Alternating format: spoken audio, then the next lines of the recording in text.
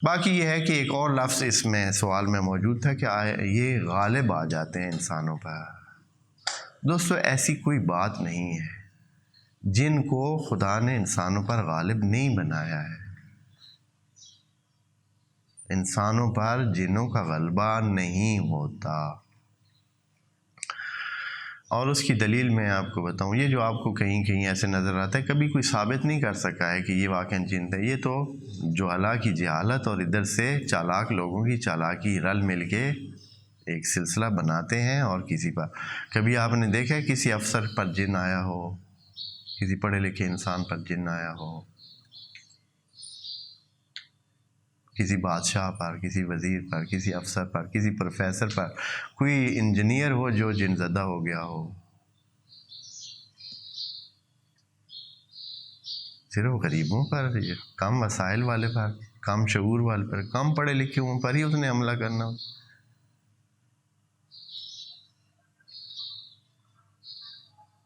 कभी ऐसे नहीं देखा हुआ आपने।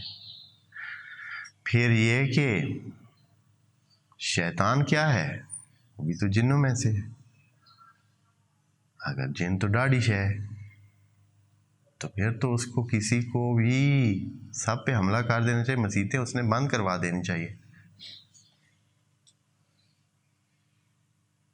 दुश्मनी तो उसकी वाज़े है, इंसानों के साथ उसकी दुश्मनी में तो कोई शक नहीं है। फिर वो क्यों नहीं दुश्मनी करता और क्यों नहीं इंसानों को फिज़िकली आकर क्या करता? जो भी मस्जिद के दरवाजे पे एक थप्पड़ लगाए पीछे, हाँ, जो भी आए उसके अनदेखो, उसे तो कोई देख नहीं सकता है, एक थप्पड़ लगाए खुद ही पीछे, हाँ।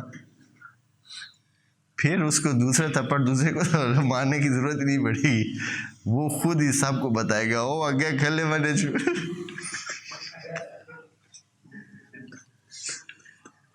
हाँ। या फिर वो किसी बाबे की शक्ल में उधर खड़ा हो दरवाजे पर, हाँ, डाढ़ सा एक थप्पड़, ओ बाबा के खले हटे। हाँ, नहीं है, ऐसे नहीं है कि खुदा ने उसको गालिब बनाया हो, नहीं है गालिब।